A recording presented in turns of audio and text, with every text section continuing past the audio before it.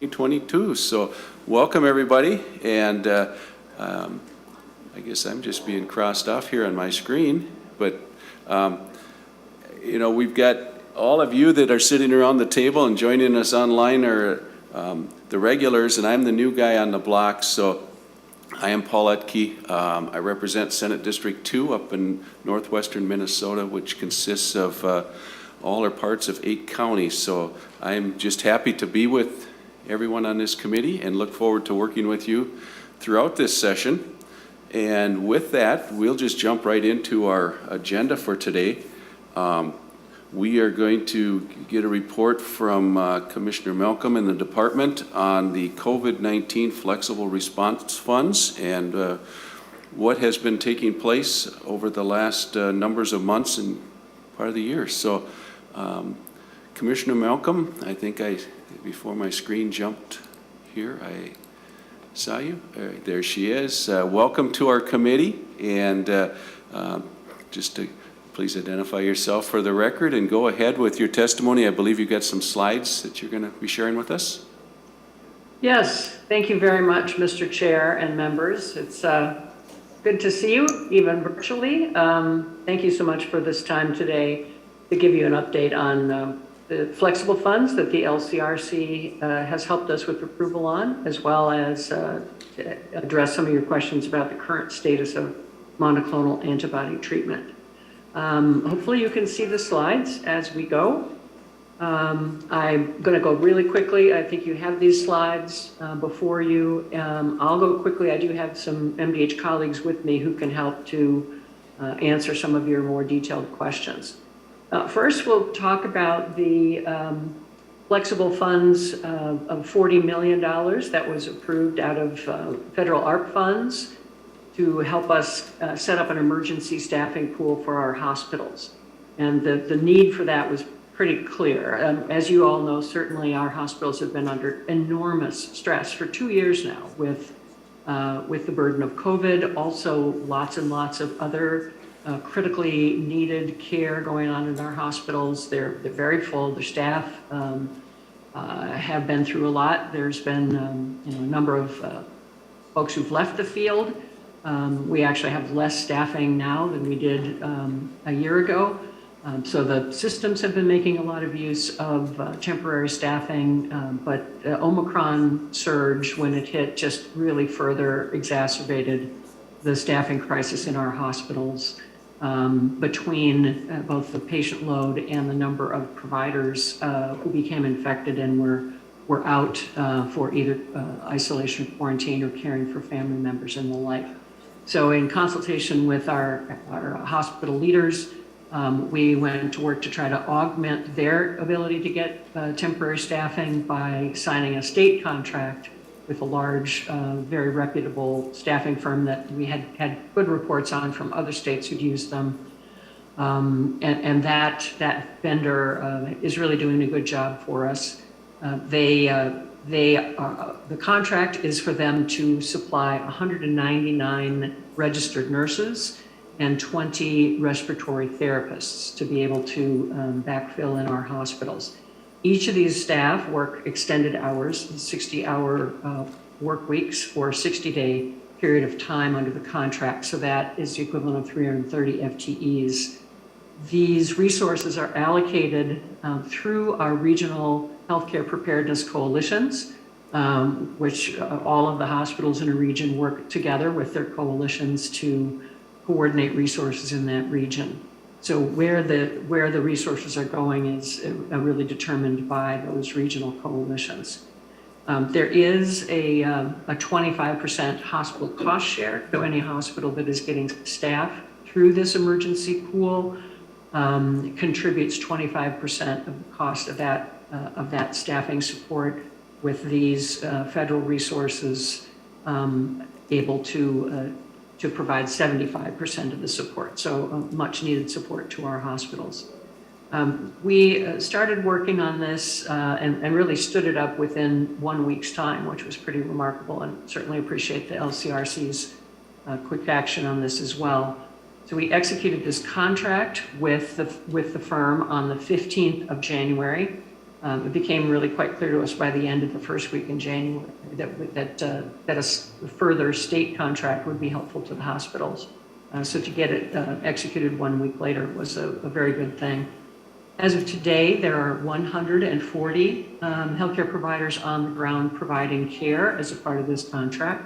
The firm continues to recruit for workers, and there is some turnover, some replacement of workers that has to happen. So the next slide gives you a picture of where those resources are deployed. If you can see that there, the dark blue colored counties do not have any of these resources. But again, regionally, we're trying to make sure that everybody can be supported. The gray have between 3 and 5 staff out of this pool, the light green 1 or 2, the orange 6 to 10, the brighter blue 11 to 20, and the red 21 plus. So as you can see, the metropolitan Twin Cities area has the bulk of these resources, which is because they have the majority of the med-surg and ICU beds that are in use for COVID, and they are, with the staffing, able to take more referrals from the hospitals that need to move their patients to a higher level of care. So that is where the resources have gone. Next slide, please.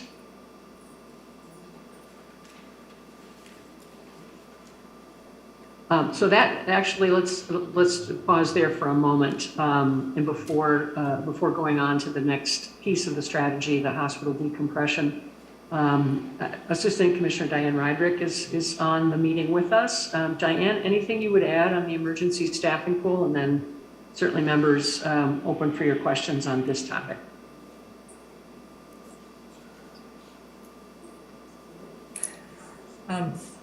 Yeah, Mr. Chair and members, for the record, my name is Diane Rydrick, and I'm an acting assistant commissioner here at the Health Department.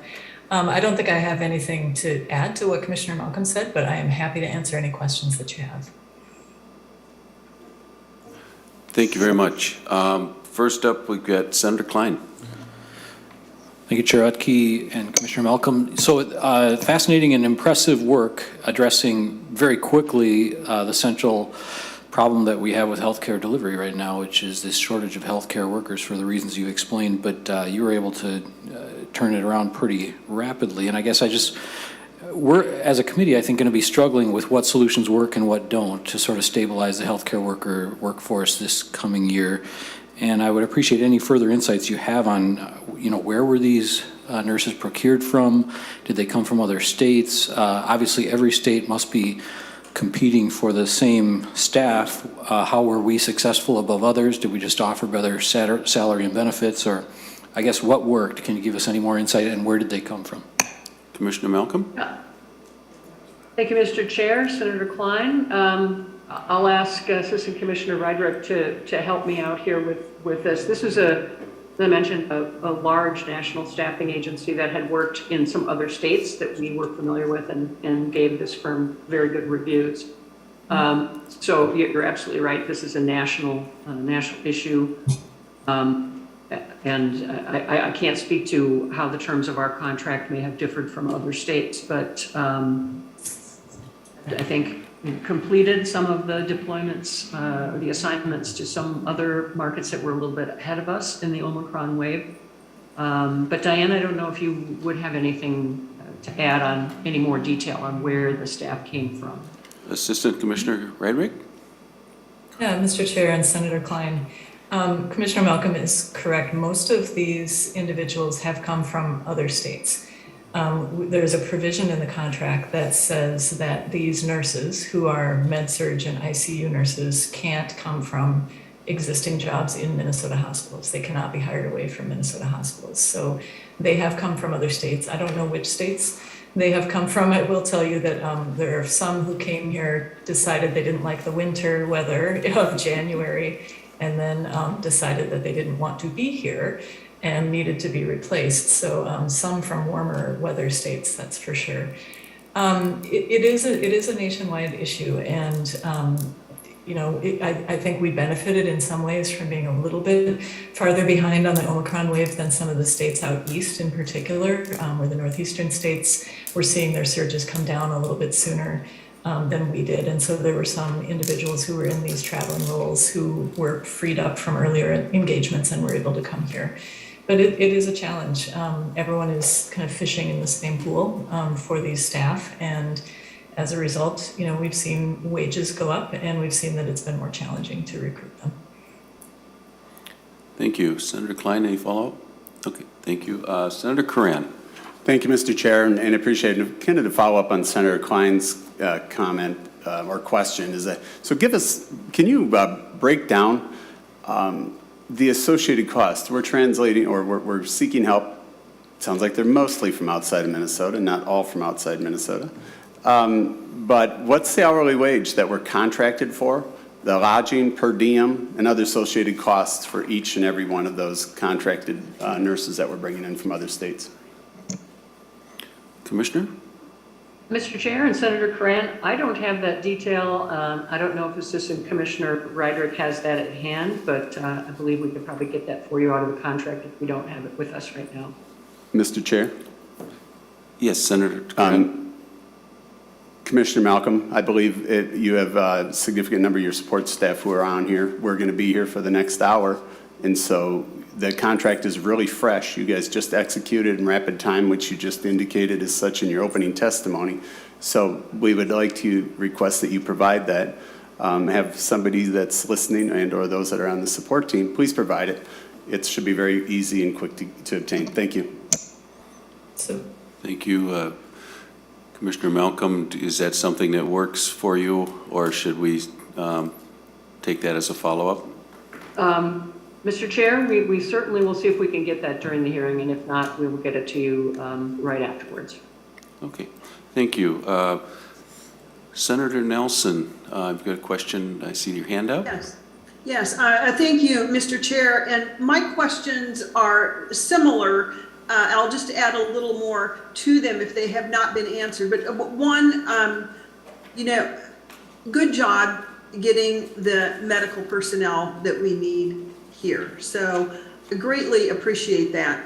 I'm sure the families of those who are hospitalized do as well. What I would want to know is, and if it was in your slides previously, I apologize. I wasn't able to get back to look at it. I would really like to get a better understanding of how this particularly nursing shortage was met. In other words, how many nurses have we brought in from other states, and where? It would be very helpful to get an idea of where those nurses came from, how many from each state, that type of thing. And then again, as my colleagues have already talked about, the cost, because this is an ongoing issue, only made worse by COVID.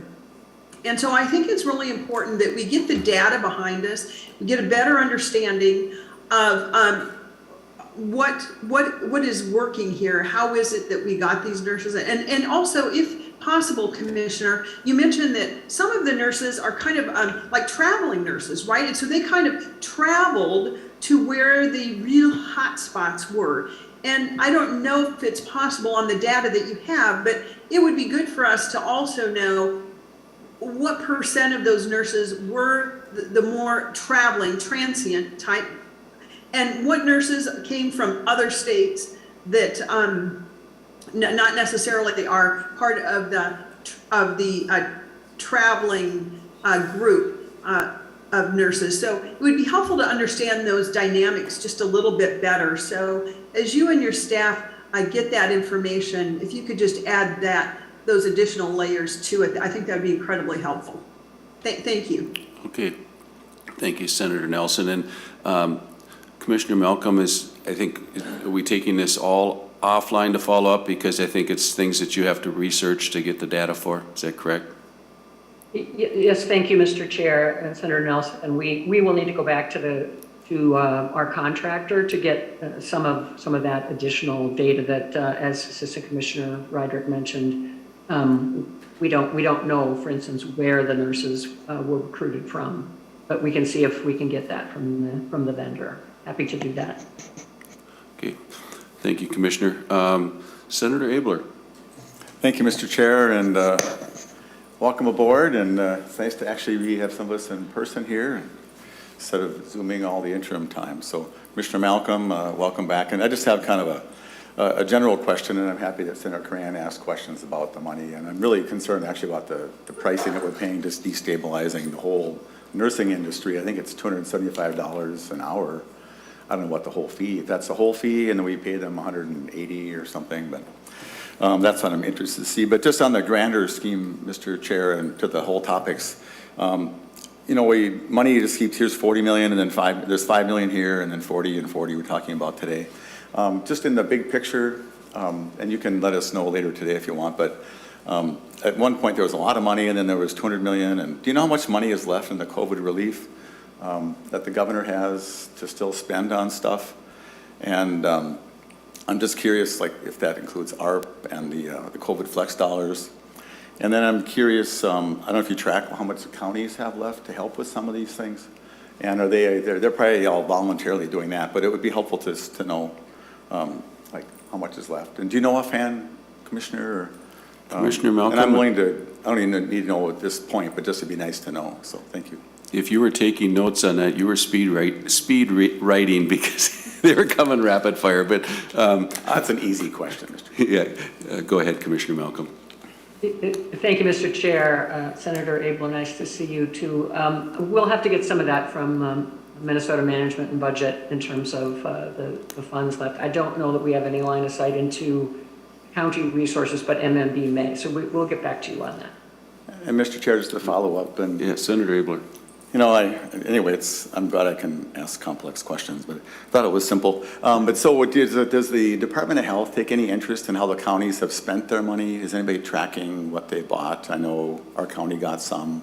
They did some business grants in the first round, none on the second. And is anybody just like seeing if there's any mission statements that you put with the money you would like them to do with stuff, or are they all on their own? Commissioner Malcolm?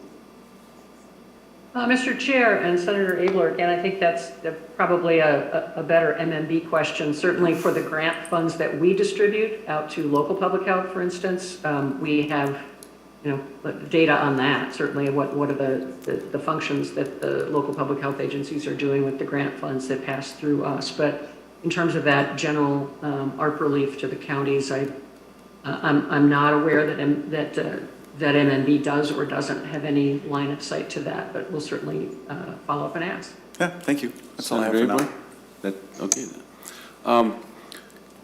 Commissioner, I have one question, and if you mentioned it early on, I apologize, but we talked about the contract.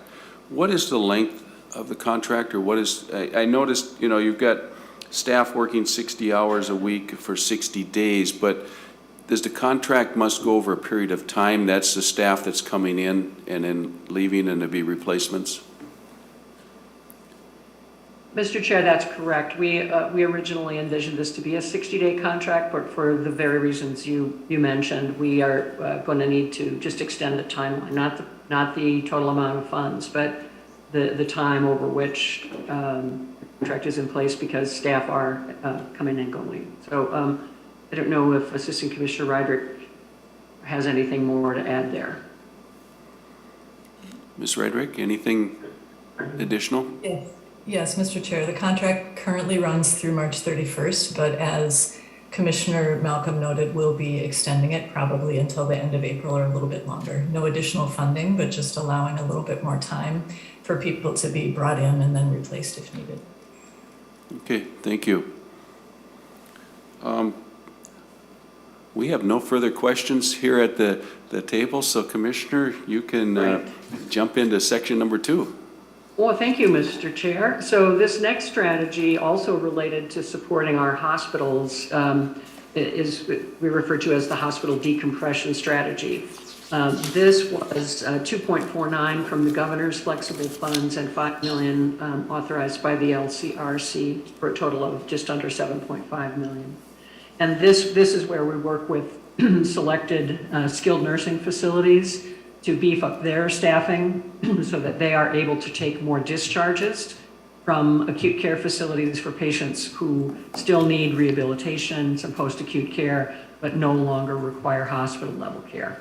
And the staffing for that is a combination of private vendors, also these temporary staffing agencies that everybody's been using, the health systems, the nursing facilities, and the state with our contracts as well. So private vendors provide nurses and certified nursing assistants for these decompression sites. The Minnesota National Guard is also providing some certified nursing assistant and temporary nursing assistant support for those facilities. And the focus of these decompression sites is really to take, at least so far in the early weeks of this effort, because of their own staffing constraints, taking lower severity patients, lower acuity patients. So it's folks who don't need a great deal of care. Among these different, the private vendors and the National Guard, we've been able to provide 80 or a little more than 80 FTEs to these decompression sites.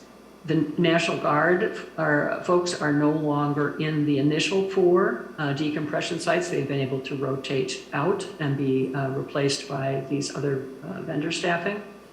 We did, just on the 31st of January, the National Guard is supporting, without any other vendor resources, a 4-week mission in an additional site that was set up specifically to take COVID positive recovering patients. The other decompression sites were not set up to take COVID positive patients in that program. So we now have a site that can take COVID positive or COVID recovering patients.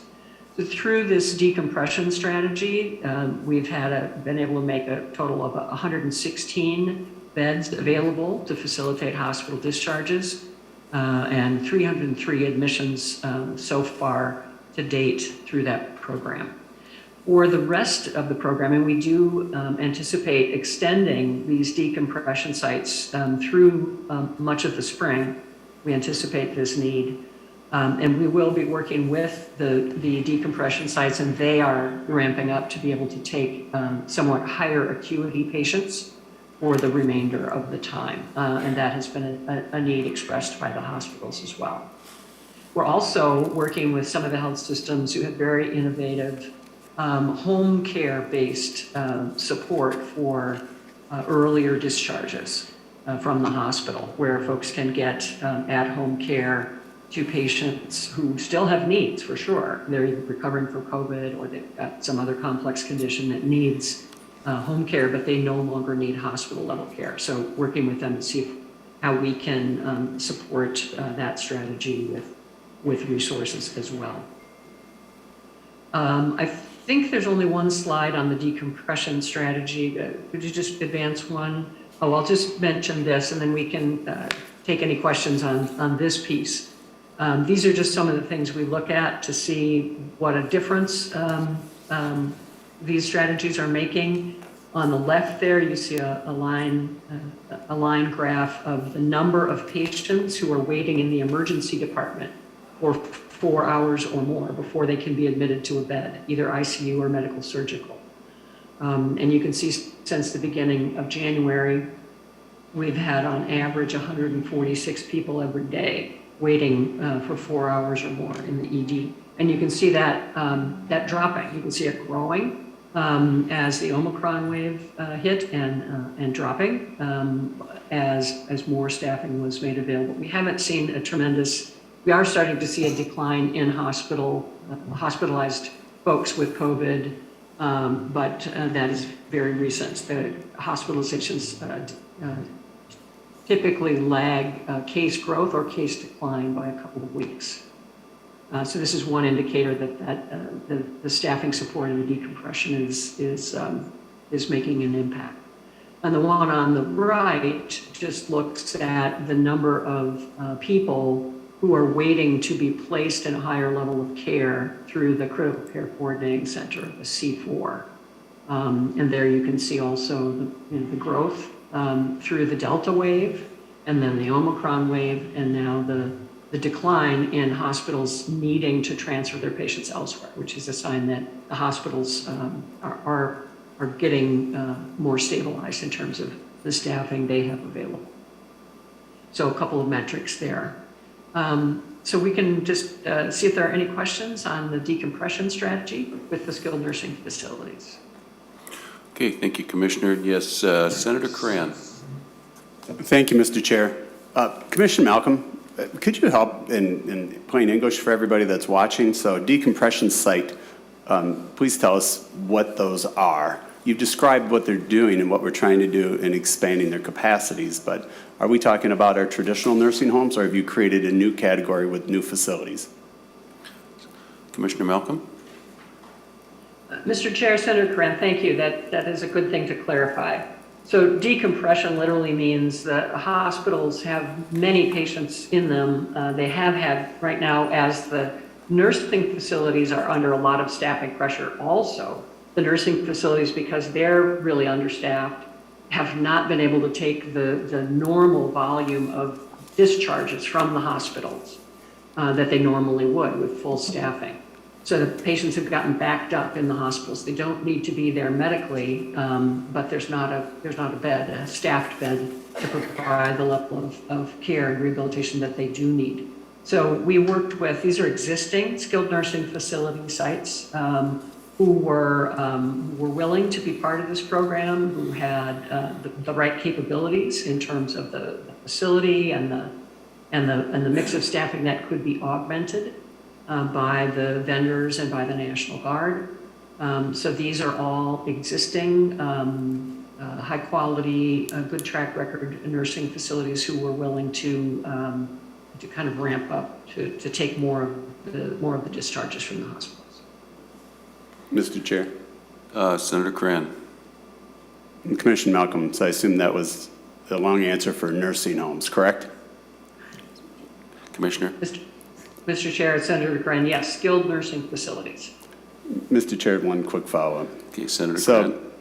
So, Commissioner Malcolm, you know, we've talked, these facilities, nursing homes, it'd be nice if we include that on the information so the average citizen knows what those are, or what we're speaking of. But we know those facilities were crushed or being crushed by policy and staffing long before the pandemic. And, you know, I've made the offer to you, and I'm going to make it in the form of a bill, that we have many Department of Human Services employees, many Department of Health employees, that it appears that you're not removing them from their traditional jobs or reallocating them to be trained and certified as a CNA, a DSP, or a PCA to help alleviate this.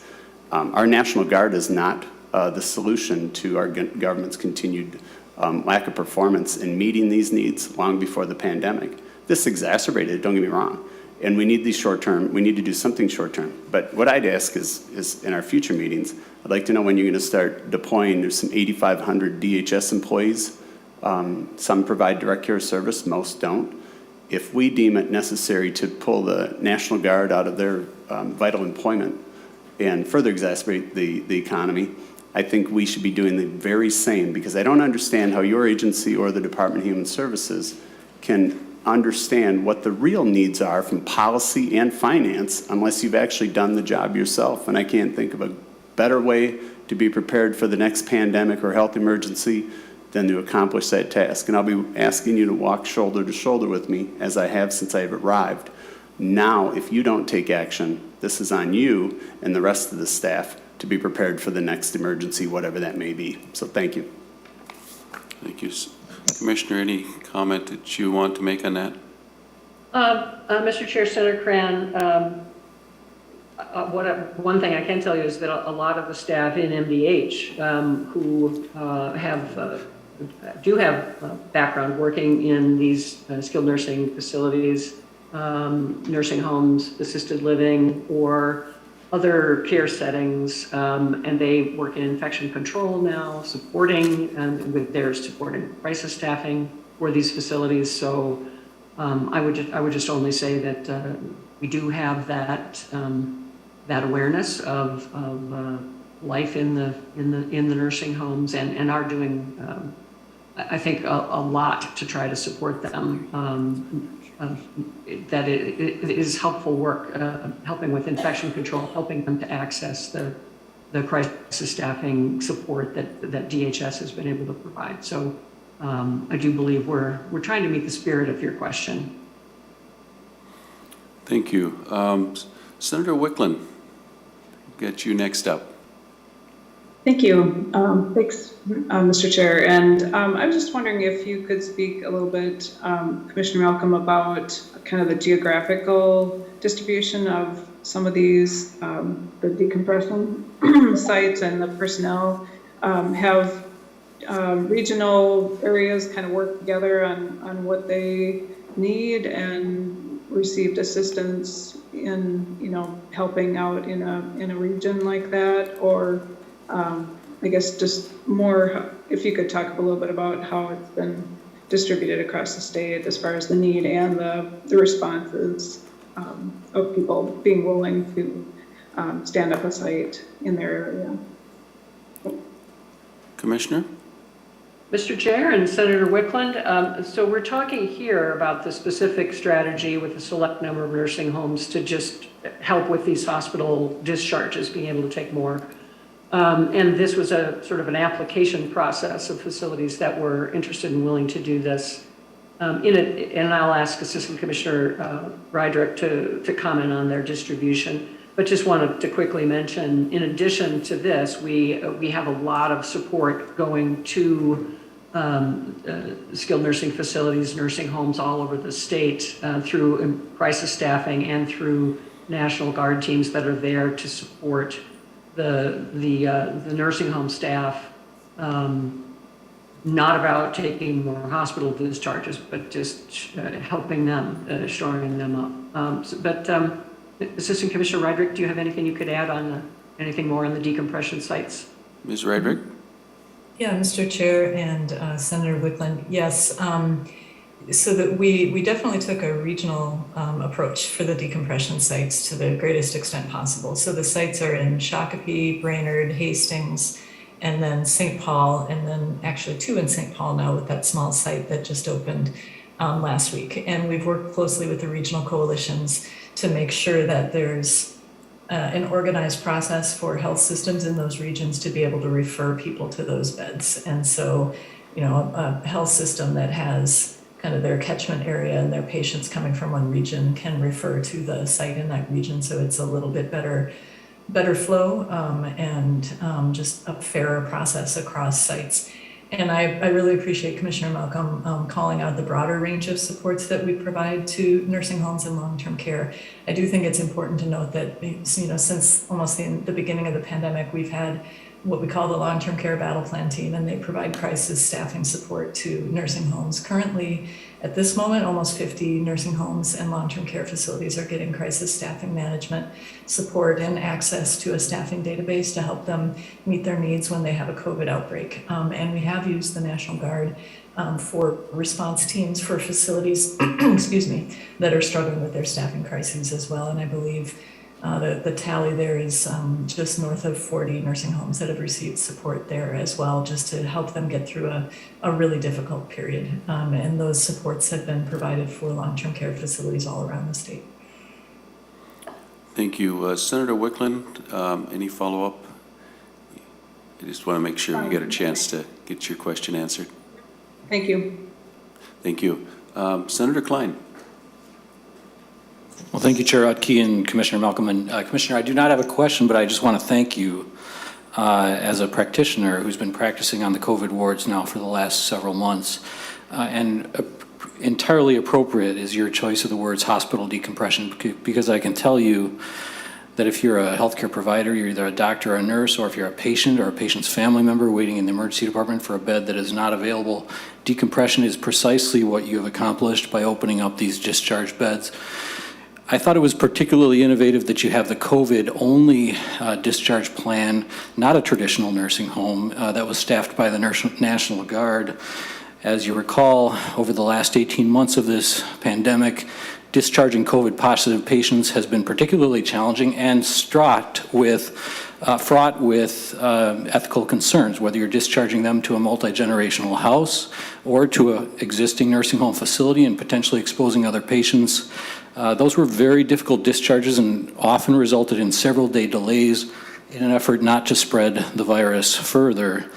So I thought that was innovative and correct. It will absolutely accomplish decompression. It will save lives not only for the patient's discharge, but for those waiting long periods in the emergency department with heart disease or cancer or blood clots or infections, et cetera.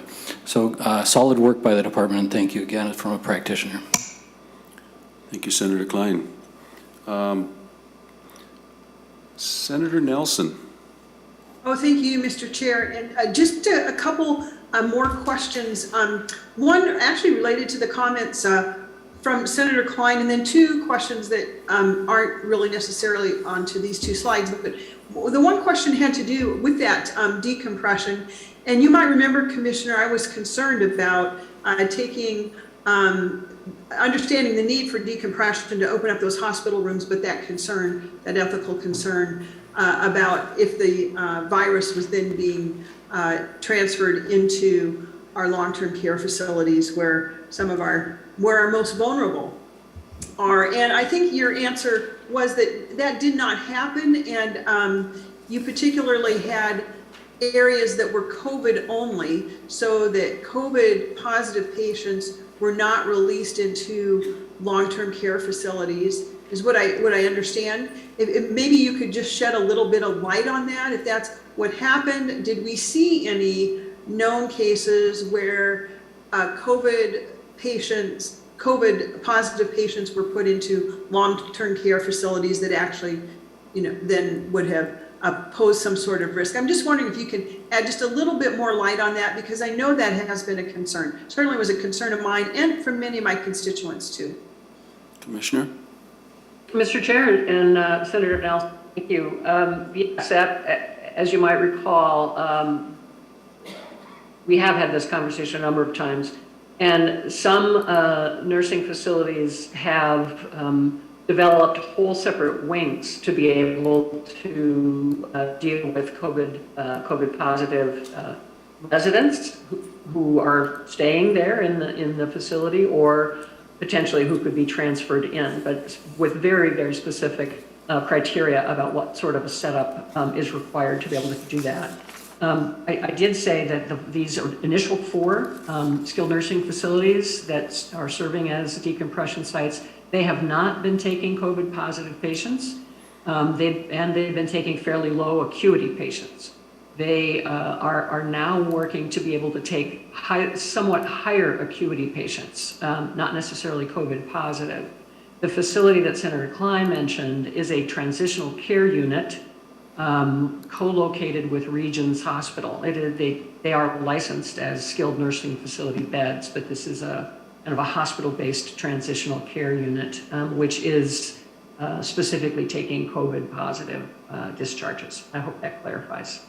Thank you. Senator Mr. Chair, Nelson? follow up, please. Thank you, Mr. Chair. Commissioner, yes, it does. And I would just mention too, some of the, I don't know that you have an answer today, and hopefully we are beyond this now, that we are on the other side of this pandemic and hopefully moving towards an endemic stage. But I would be remiss if I didn't mention some of the concerns from some of my constituents, specifically in our long-term care facilities or our independent living that are paired with those skilled nursing areas. And the questions that they had were this, which I think there's some answers that would be helpful. One, so yes, there's these designated COVID wings, but do they have a separate HVAC system? Or what about the staff that goes from wing to wing? In other words, while there may be different COVID wings, the staff is not necessarily assigned to that particular wing, and then they bring maybe the dinner or whatever to the other parts of the long-term care facility. So those are a couple concerns if you have an answer to it, to address that, please do. If not, I just want to make sure you're well aware of those additional concerns. Thank you, Senator, or Commissioner. Yes, Mr. Chair and Senator Nelson, we certainly can follow up with some additional information on what are the kind of the requirements and the protocols for those skilled nursing facilities. And you did ask earlier what data we have on whether there has been any transmission within the facility from such transfers. And we will. I haven't seen that recently. I know earlier on we had data that showed there was actually zero incidents of transmission in those situations, but I will want to check back with the staff and get you some updated information there. Thank you, Commissioner. Thank Mr. you. Chair, I have two Senator further questions. Nelson's. But they're not, thank you, Mr. Chair. I have two further questions, but they're not necessarily related to this piece of the presentation, so I'll hold on to those, but I would like another opportunity to ask the Commissioner a couple other questions. Okay, thank you. Commissioner, I have a question just looking at the graphs that are still on the screen from the slides. What would those lines or what would those graphs have looked like pre-COVID before we got into this? Has there always been some delay or wait, but they'd be very minimal, or just for curiosity? Mr. Chairman, that's a great question. We can ask some of our hospital colleagues about that. I think 4 hours to wait in an ED for a bed is a long time, and that's considered kind of significant because there's some data suggesting poor outcomes associated with longer wait times before people can get into the bed. But what is the normal average? It's an interesting question. I will see if we can track that down for you. Okay, thank you. And with that, I don't see any other hands on the screen. So, Commissioner, if you wanted to move into section number 3. Great, thank you very much. Moving now into what's going on with testing. There was a $40 million appropriation out of the federal ARP funds to continue making COVID-19 testing more available to Minnesotans, specifically around expanding rapid tests, as those have become very much in demand and very useful to people to be able to kind of manage and know their own status in a very convenient way with these at-home tests.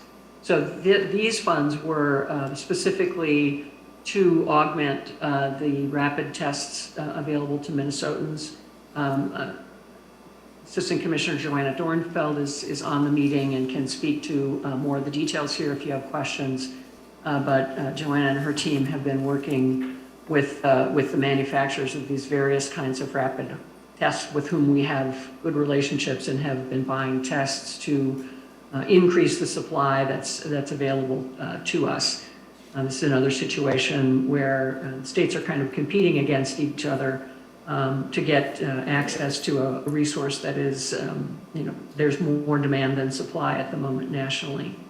But combined with what the Department of Health and Human Services federally has rolled out with some of their expanded testing resources, we think that this increased investment of ARP funds by Minnesota will increase testing access, particularly for some high priority populations, for communities disproportionately affected by COVID-19.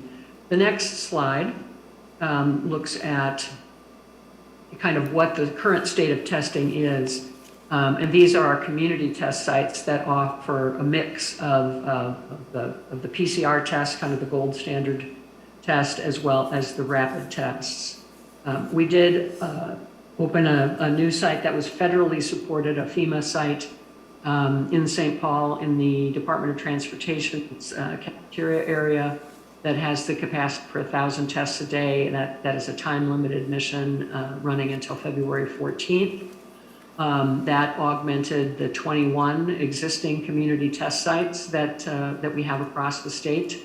We expanded that capacity in fall as we were climbing up the Delta wave and expanded it further with the Omicron surges. We added some additional sites. We expanded capacity at some of those sites, lengthening hours, adding staffing to be able to administer more tests. And we monitor very closely what is the testing demand at each one of these sites so that we can meet that demand and move capacity around as needed. In addition to these community sites, we distributed 150,000 at-home rapid tests to vulnerable communities through community partners like local public health, food shelves, and others. And in addition to that, we have 1.8 million at-home rapid tests specifically for school districts to use now and throughout the spring semester. And 450,000 at-home rapid tests secured for childcare, also in the spring semester. Next slide. Actually, that's the end. Just back up one, and we can just pause for your questions there on testing.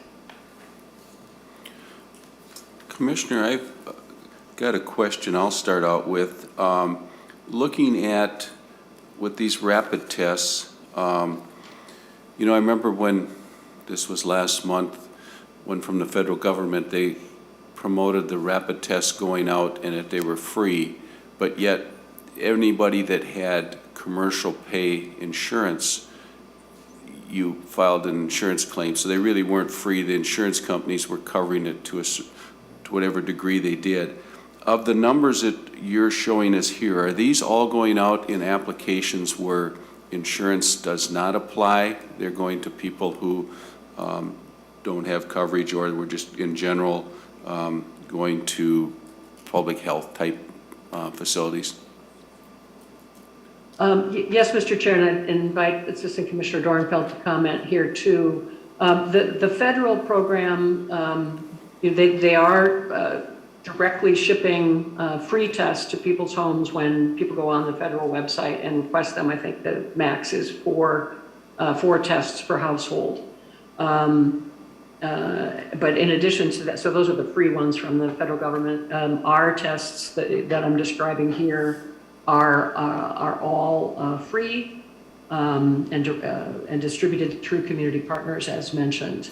And in addition to that, there is, as you said, the policy that insurance is to cover the out-of-pocket costs for out-of-home or for rapid tests that are purchased in pharmacies, for example, that can then be reimbursed for. But these tests that we're talking about here are there's no insurance reimbursement involved here. These are distributed directly to communities through the partners.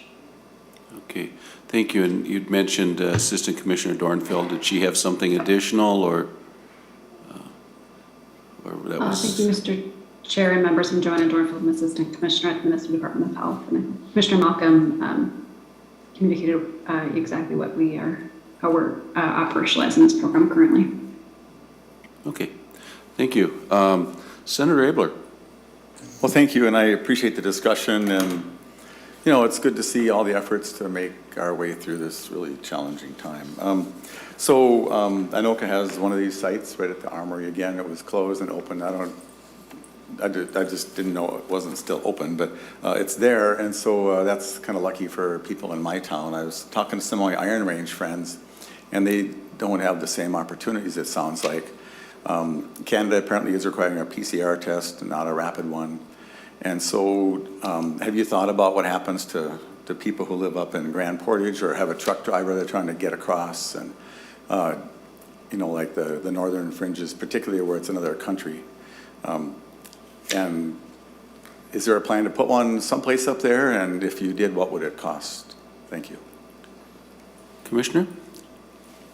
Mr. Chairman and Senator Abler, again, I'll call on Assistant Commissioner Dornfeld here. I know that we have been doing a lot of talking and consulting with employers about kind of some of those border issues, and of course there's a sort of a cost-benefit kind of analysis that needs to go with how much demand does there need to be to support a community testing site, as opposed to trying to make sure that we're supporting whether it's local public health or healthcare or pharmacies to be able to meet that demand in some of those areas. But Joanna, could you chime in here? Ms. Dornfield? Thank you, Mr. Chair and members. The department is in active communication, not only with local public health, but emergency managers and others throughout the state, but particularly along the northern border, to understand how we can support the varying testing needs throughout the state. Through the course of the fall, the Department of Health went through a competitive RFP process to bring 12 testing vendors onto master contracts with the state. And those master contracts are available also to local units of government. And so they are a resource that local units of government can utilize to identify and address specific community testing needs. But again, we are in conversation with our partners along the northern border with some of the testing requirements to cross the border, to just understand how we can best address those needs that are, we anticipate will be ongoing. Thank you, Senator Abler. Thanks, and Follow up? well, I appreciate that answer. And but I've wondered, actually, all along here with vaccination sites and testing sites, we have a lot of people out there doing things that can actually do a pretty good job of this. Just already without having another site. And I don't know what it costs to set up a site, and I don't know why you need Anoka, it's kind of nice to have the Armory used because it's kind of quiet there sometimes, but just 2 blocks away is a CVS, and just 3 blocks the other way is a big Health Partners operation. And so I guess I'm kind of nervous just from the grand scheme of it, how the easy money has caused us to be not as, frugal with the money that we have and focus on what really needs to be done. And so I don't know if Anoka really needs a site, just to be honest. Don't tell people, but tell them, yeah, they'd be happy. We're trying to make their money go as far as they can. This money came from somewhere. It's actually, we're at $30 trillion in federal debt, which is, I think, real money pretty quickly coming here. 30 trillion. They're $2 trillion ahead of what they thought would have hit 2026, but it's a growth industry. And so this money is not going to be available. And so I just hope as you scrutinize what you're doing, that you look where it really needs to be. And I look at the list of sites, and they're almost all metro, with all respect to North Branch. But so, it's, I don't know, it's just, I don't know how you're going to make it in greater Minnesota. I represent the metro, so northern suburbs, but we do all really care about what goes on statewide. And so hopefully you can get that done soon. The northern border has just crushed, their economy has just been ruined between Canada and their issues and back and forth with closing borders. So anyway, I hope you can get that squared away, and thank you for working on it, and take my advice for what it's worth. Thank you. Thank you, Senator Abler. Any comments, Ms. Dornfeld or Commissioner? Mr. Chair, members. Go ahead, please. The only thing that I was going to add is that I would say I think the most recent expansions are what highlighted on the slide, as we were working to kind of meet demand as we kind of saw the Omicron surge increase. But we do have 13 of our 21 sites that are in greater Minnesota, and I certainly hear your point, Senator Abler, about our healthcare partners and others who also offer testing services. And we've been hearing a need from them as they've been dealing with the surging cases as well, to help augment their ability to test. But it's certainly an ongoing conversation that we have, if not weekly, on a daily basis with all of our testing partners, to right size our response to both meet the needs of Minnesotans, but also rely on our healthcare systems as they are able to kind of continue to take on this work. But appreciate the feedback. Thank you. Senator Draheim. Thank you, Chair. I guess my question has to do with the end date of some of these testing sites. I know it's unusual to bring that up, but I see on our slide here it says new federal test site through February 14th in St. Paul. Overall, what do you see? How long are we going to continue with these test sites? Are there metrics in place? where we're gonna close sites after we don't test as much?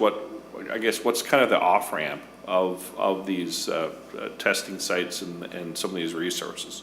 Thank you. Commissioner?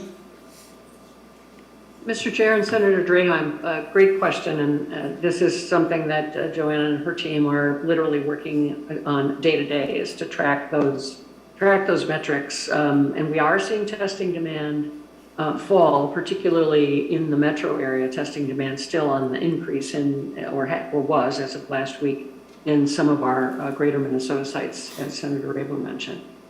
So we do kind of move resources around and redeploy staff from a less used site to a more used site. So that is a continuing and ongoing process.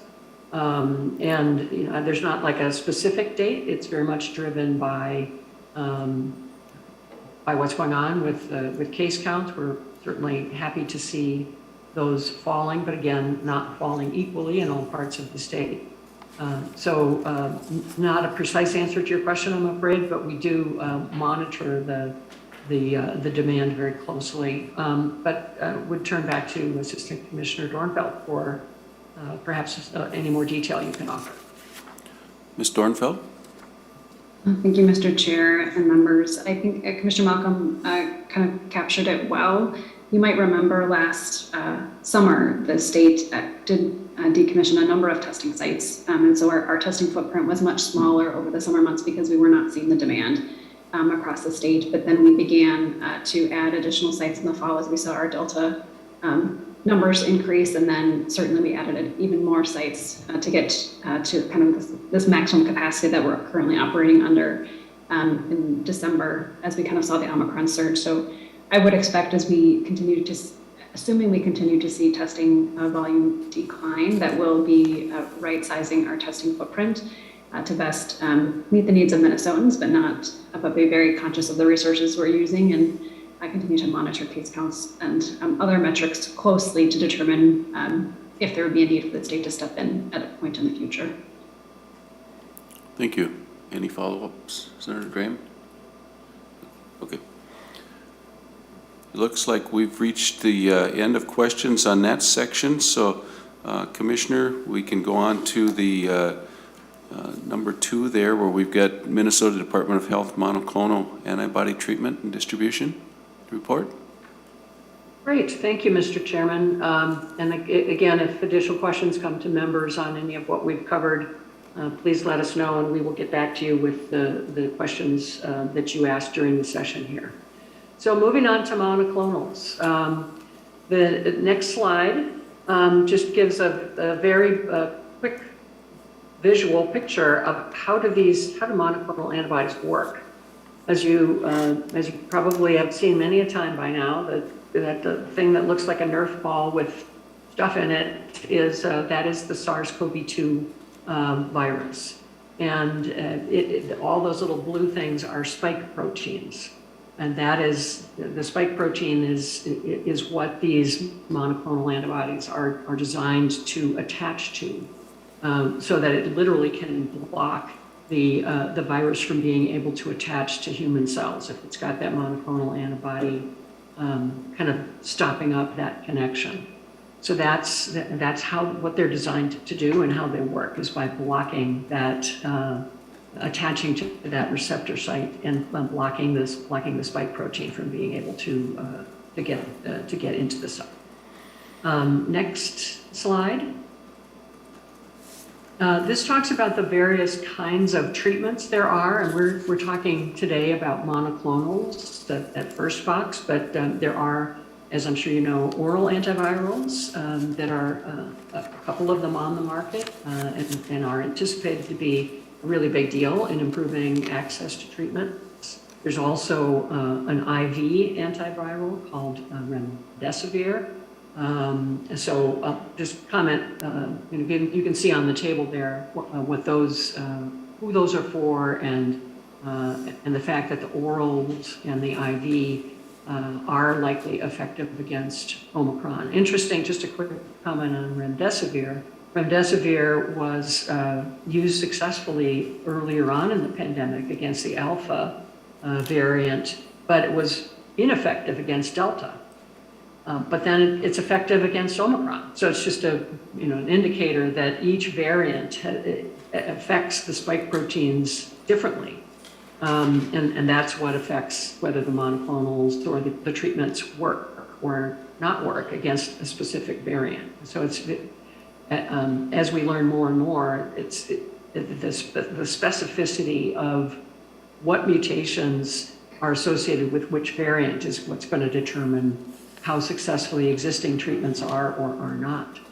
So back to the top box with the monoclonal antibodies, those top two there, kind of abbreviated as BAM-EDI, the first one, and CASI-MDEBI, the second one, those showed good effect against hospitalization and death pre-Omicron, but are all but ineffective against Omicron. And the first one was available for all ages, including infants. The second one for adults and only kids of 12 or older. Now, the third antiviral, sotrovimab, is the one that is still useful against Omicron. It was useful against the earlier strains, and it does retain some effectiveness against Omicron. But the first two, essentially none, which is why not too long ago the authorization for use of those first two was revoked from the emergency use authorization, and no more of those products are being distributed to Minnesota or anywhere for Omicron. It doesn't mean they might not be effective against additional variants in the future. But at the present time, among the monoclonals, only sotrovimab is useful against Omicron. But again, just pointing out that the orals, molnupiravir is the Merck product, and that one is quite a bit less effective than Paxlovid, the Pfizer oral antiviral, but still some effect. And both of those retain some effectiveness against Omicron. And again, remdesivir, interesting story that it has come back into use with Omicron. So the next one next slide, just talks about the supply situation. What's on the left there is just, you can see what the different waves of the major variants have been between Alpha, Delta, and then Omicron, and just how very quickly, Delta grew pretty quickly and was the dominant strain for months in Minnesota. And it took practically no time, as was true in other states or countries and states and cities as well. Omicron just outcompeted Delta very, very quickly. It's so much more transmissible. So you can see here, going back to the middle of November, what our weekly allocation from the federal government to Minnesota has been. These products are allocated to each state by the federal government, and sometimes it's based on a per capita allocation, just on a population basis. Sometimes it's based on case rates and hospitalization rates.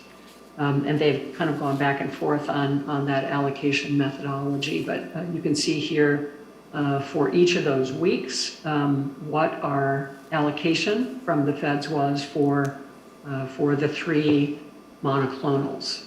And you can see that the first two that were very useful against Delta, that's what we had the most of.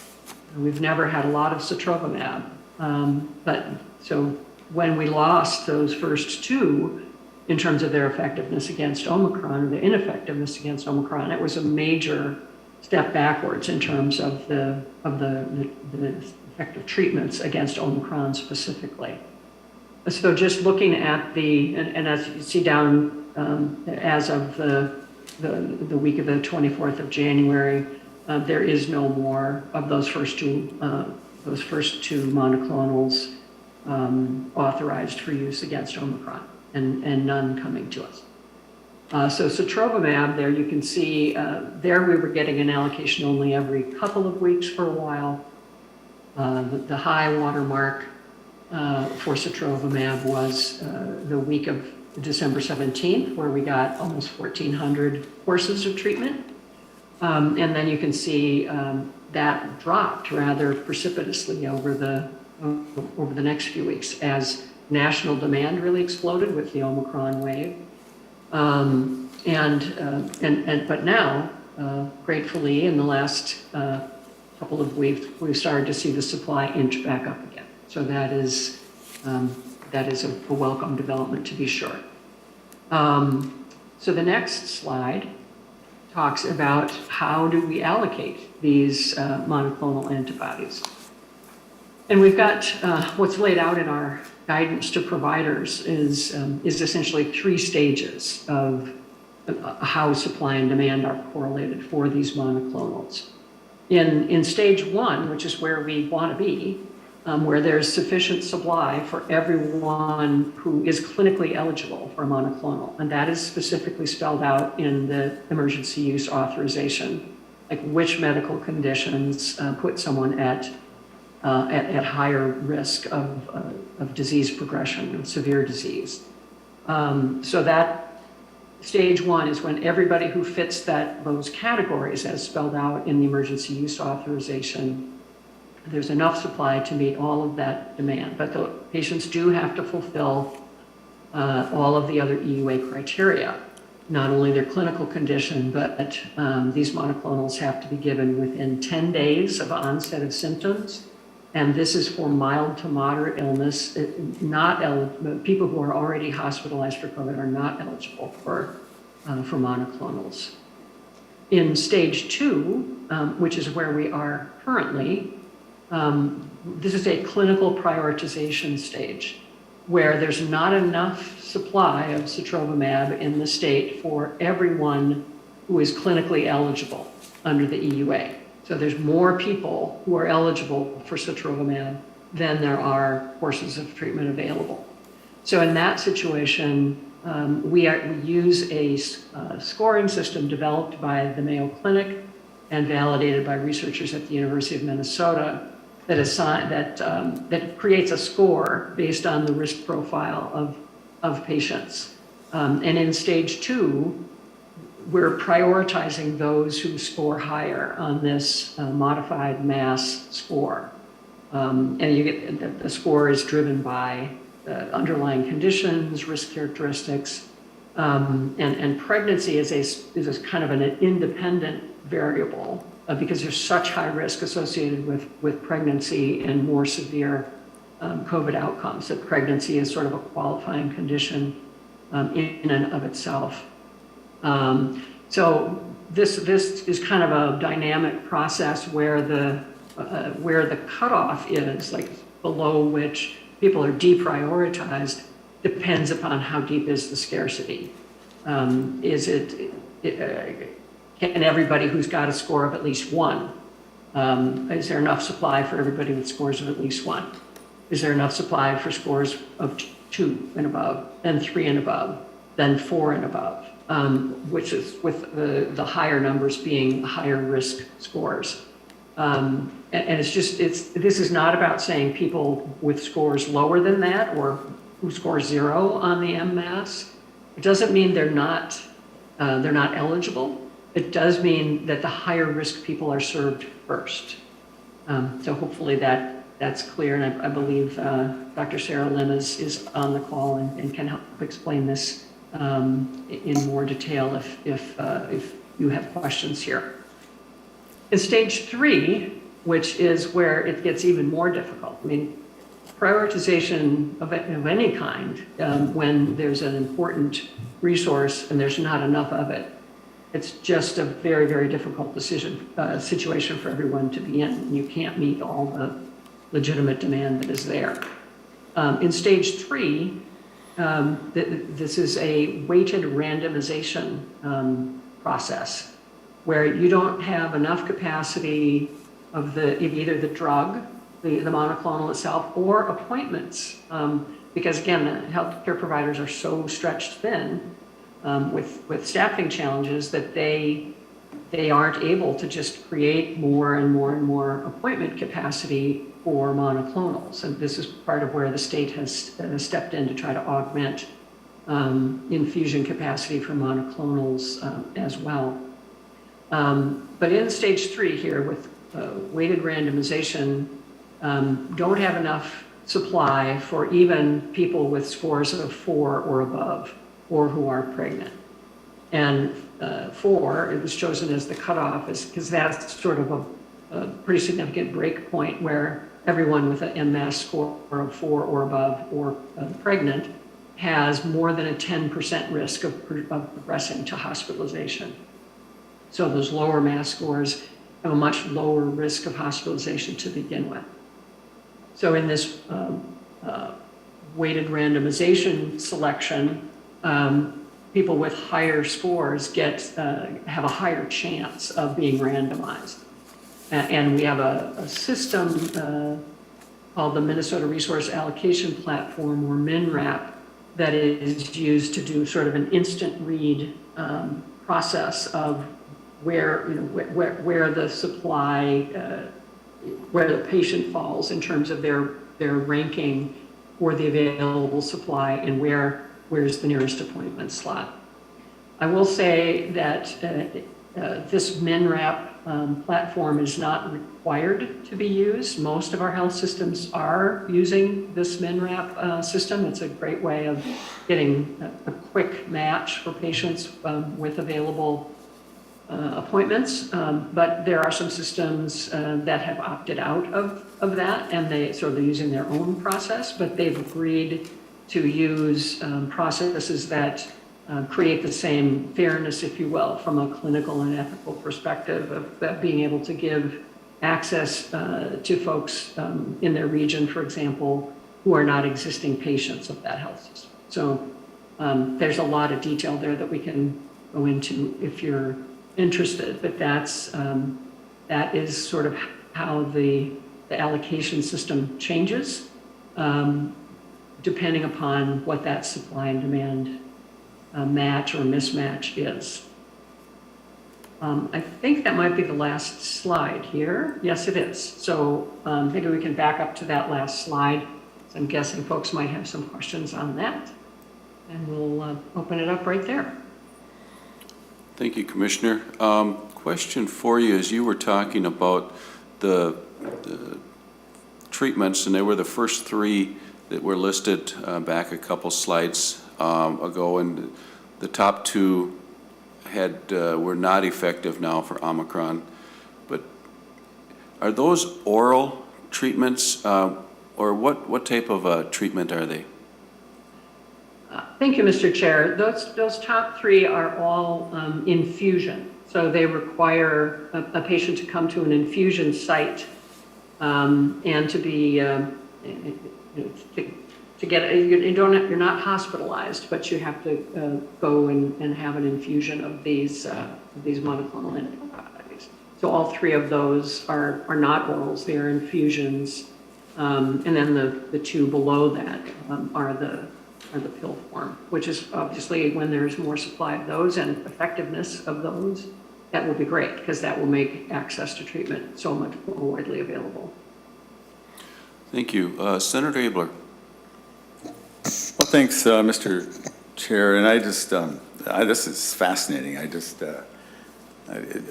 know there's other terms, but this is certainly, cool biochemistry and all the interactions, and there's probably even more terms for that, but so I'm just got a couple questions, and I could actually ask questions for the rest of the day, but that would not be polite. So these monoclonal antibodies, these are not natural, right? These are produced by these different companies. So they're not natural. They're not natural antibodies you've harvested. They're made somewhere, right? Commissioner? Mr. Chair and Senator Abler, that you're correct. There are naturally produced antibodies by the human body, but most of those are polyclonal, not monoclonal. These monoclonals are highly targeted to the specific thing that they're trying to intercept. Dr. Lim, are you on the call still? Welcome, Dr. Lim. do we, Yes. oh, welcome. Hello, Mr. Chair and members. My name is Sarah Lim. I'm an infectious disease physician at MDH. Yes, you're correct. These are synthetic antibodies. I believe actually sotrovimab was initially derived from a patient that had survived COVID-19 and was a unique antibody that they had produced. But what is commercially available is these are synthetic forms of human antibodies, and they are very specific. They each target very specific epitopes or portions of the SARS-CoV-2 spike protein, which means that they are very effective at reducing the risk for severe illness. As you can see, those are data from the clinical trials, but it means that when mutations occur in the spike protein, as we saw with Omicron, that it, depending on where that monoclonal antibody is targeting to attach, that it can lose effectiveness if that particular piece of the spike protein has been mutated. So sotrovimab is targeting a fairly conserved part of the spike protein, so it has retained its efficacy against Omicron as well as other variants, but the other two, unfortunately, are no longer effective. Yeah, no, Mr. Chair. Thank you, Senator Abler. I just think, I'm going to have to behave because I have so many questions. Maybe somebody could let me know offline, like, what's in these things? And I have no objection to, synthetic ones if they work just as well. But I do have a real question these are all real questions, but if there's just some way to, send me a chart that I could understand about really what's inside of those. I don't imagine it's nuclear material, it's something, but, and so, Commissioner, are we in stage 3 now, would you say, or are we to stage 2? Commissioner? Mr. Chair and Senator Abler, we are stage 2 now, clinical prioritization, up until, I think it was either Friday or over the weekend, we were actually in stage 3 for a time with the kind of that weighted allocation process. The clinical prioritization worked really well for us during the latter part of Delta and the early parts of Omicron. But again, as the national demand just spiked and our supply went down, we found ourselves for a period of time in stage 3. But Dr. Lim can correct me if I'm completely right there. Mr. Chair, that's fine for now. And so when you were in stage 3, is this when we did the racial decision about who gets stuff and who don't get stuff? And is that right? Commissioner? That may be a sensitive question, but this was when we did that, and right? Or is that, am I wrong? Okay. Go ahead, Commissioner. Mr. Chairman and Senator Abler, actually, when we were talking about race and ethnicity as a risk factor, that's language straight out of the FDA's emergency use authorization, and we're talking about that as sort of at the population level. When we went to clinical prioritization, the race and ethnicity was not a part of the scoring system in stage 2 or 3. Well, thank you, and Mr. Chair. Senator Abler? I'm just about done with this. I have maybe a question at the end, but I'm glad we're worrying about people that have the greatest need. It just gets, I don't know, I'll leave it at that. Thank you. Thank you. Senator Nelson. Oh, thank you, Mr. Chair and Commissioner. Thank you for the overview. Just a couple questions. Understanding that the remaining monoclonal is effective, but given within only 10 days of symptoms. And I'm wondering about those people who are suffering with COVID in our ICUs now. They've been there for longer than 10 days. It sounds like monoclonal antibodies, even the one that works on Omicron, is not effective. I know I didn't hear you say much about the antivirals. What works for those patients who have been hospitalized for more than 10 days? Is it the antivirals? Is it the remdesivir?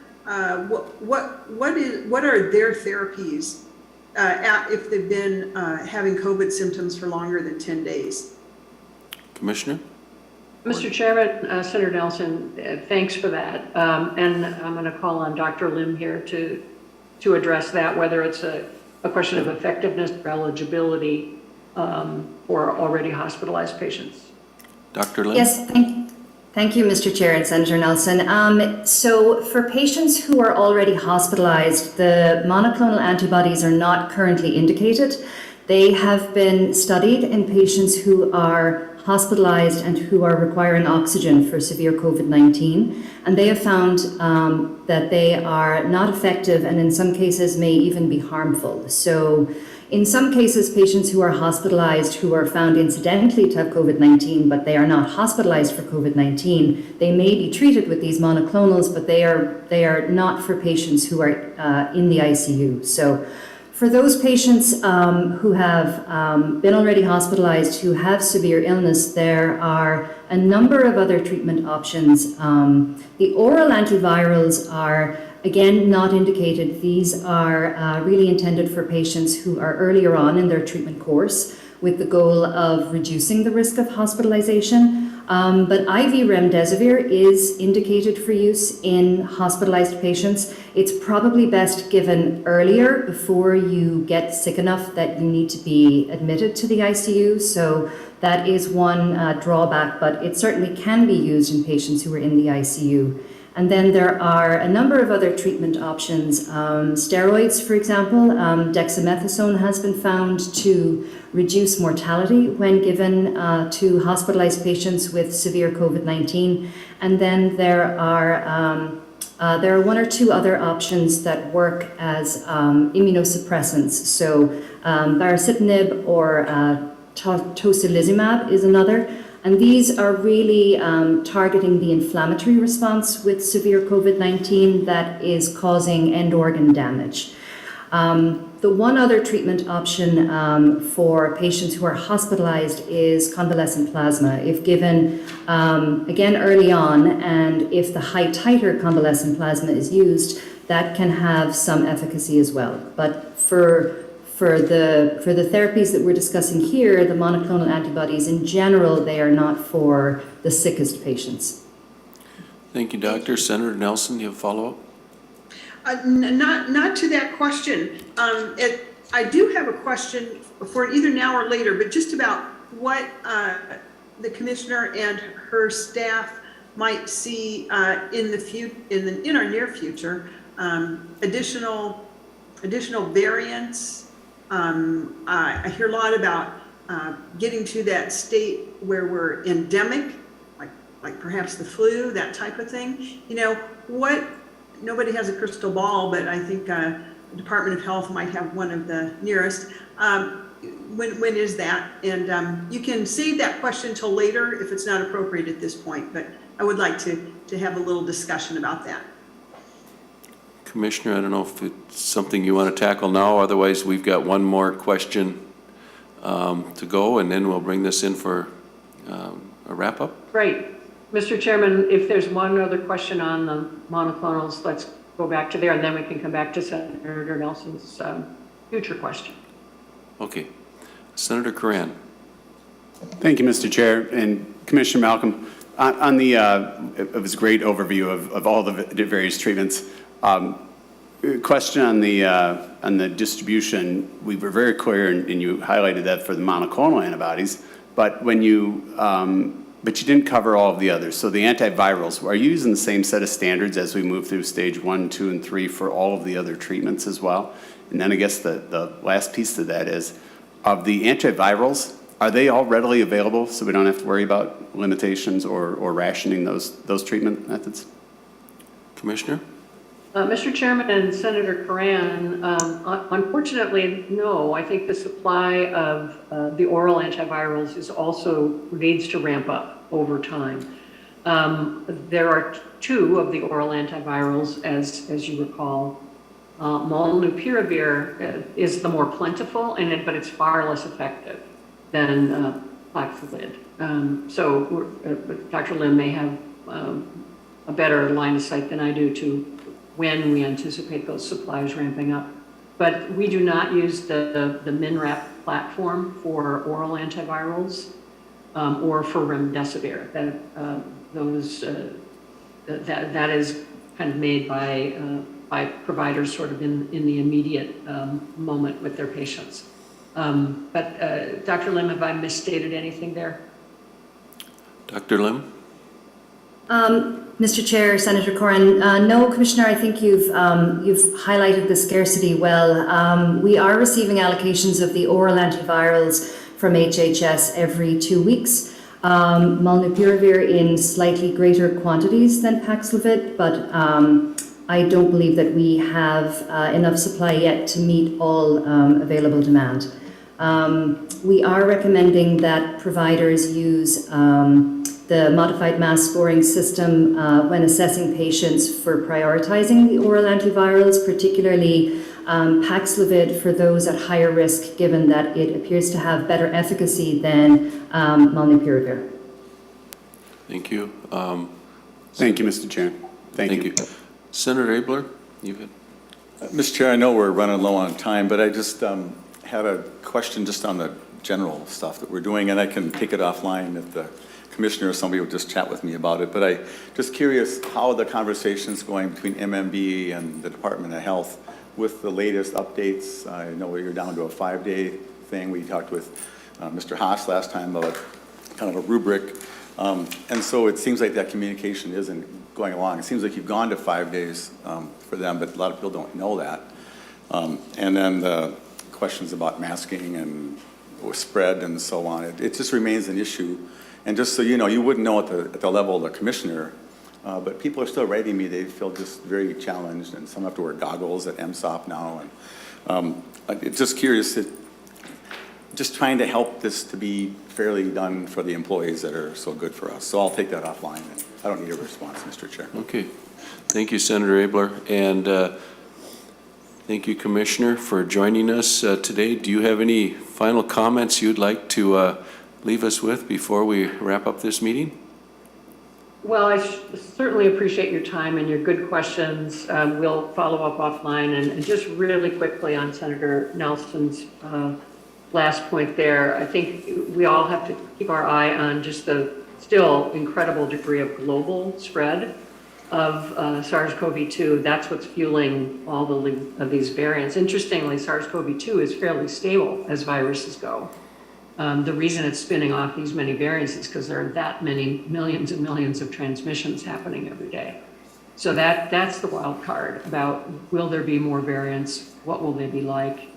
And in terms of endemic, you can be in an endemic controlled state or an endemic crisis state. All endemic really means is that the rate of cases is fairly stable, but it can be stable at a dangerously high level that still is disruptive to the economy, to people's health and security and so forth. So we certainly are encouraged by what we're seeing now in terms of the waning case growth.